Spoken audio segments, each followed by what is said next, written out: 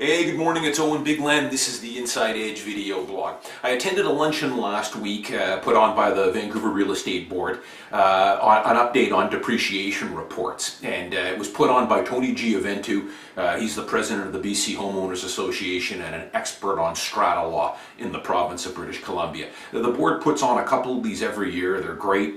Pay $15, you get a banquet lunch.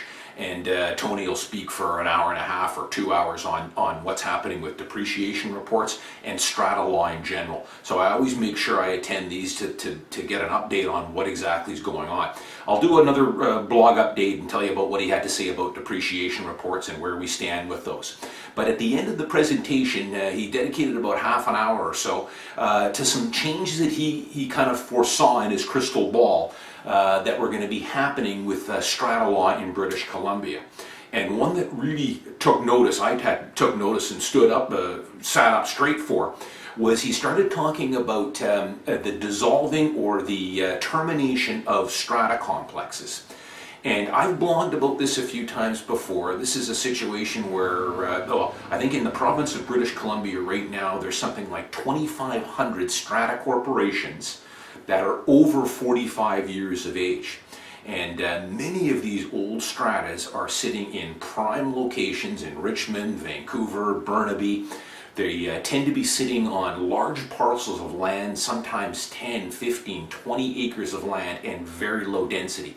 2-floor, 3-floor wood frame, football size field, courtyards and that kind of thing. And there was a case that I had blogged about a few years ago in North Vancouver where a major developer here in Vancouver tried to buy out an entire strata. And they actually went to the owners of this strata. It was a 50-year-old complex in North Vancouver that was in need of some major remedial work. They had let things go for a while, and it got to the point where they were looking at about a $9 or $10 million assessment to do the roofs, some balconies, some windows. And a lot of the owners were questioning, is it really worth it for a complex this old? In comes a developer on his white horse, at least some people thought, and offered to buy out the entire complex at 150% of the assessed value. So he was paying a pretty nice premium to these people if everyone would agree to sell. Now, the problem is that in British Columbia right now, to dissolve a strata, you need to have a unanimous vote. 100%. So if there's 100 owners, all 100 owners have to vote to liquidate the strata and take this money from the developer. Pretty much impossible. We all know that you're always going to get a couple of holdouts, and in this North Vancouver case, the vast majority of people wanted to sell. They thought, why do I want to spend $20,000 or $30,000 in levies? I'll take the 150% of my assessed value and I'll go buy another place. But of course, there was a number of people that liked the neighborhood, didn't want to move. It ended up going to court, and the judge sided on the 7 or 8 holdouts out of these 150 that wanted to sell. Now, Tony Giovent has talked about this, and he seems to think that over the next 2 or 3 years, strata law could change in that area where you won't need a unanimous vote. You're only going to need, they're going to lower the threshold maybe to 90 or 85% has to vote in favor to dissolve a strata. So it's going to be pretty interesting to see how all this works out over the next 3 or 4 years, because there's a lot, as I say, a lot of aging stratas.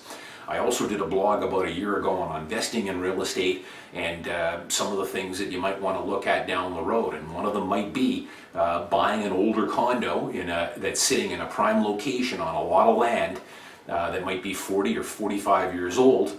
Hey, down the road, 5, 10, 15 years from now, don't be surprised if you see a developer coming around and looking to buy out an entire strata.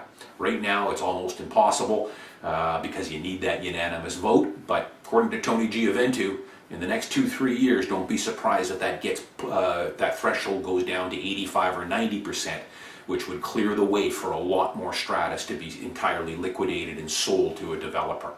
I think last year Tony said that there was 35 stratas that were dissolved last year, but every single one of them was either a duplex or a triplex. I don't think, to my knowledge anyways, or to his, he didn't think there had been very few large stratas that had ever been liquidated. But that could change if that threshold gets lowered. So something to think about down the road. It'll be interesting. I'm Owen Bigland. As always, thanks for watching. I'll see you next time.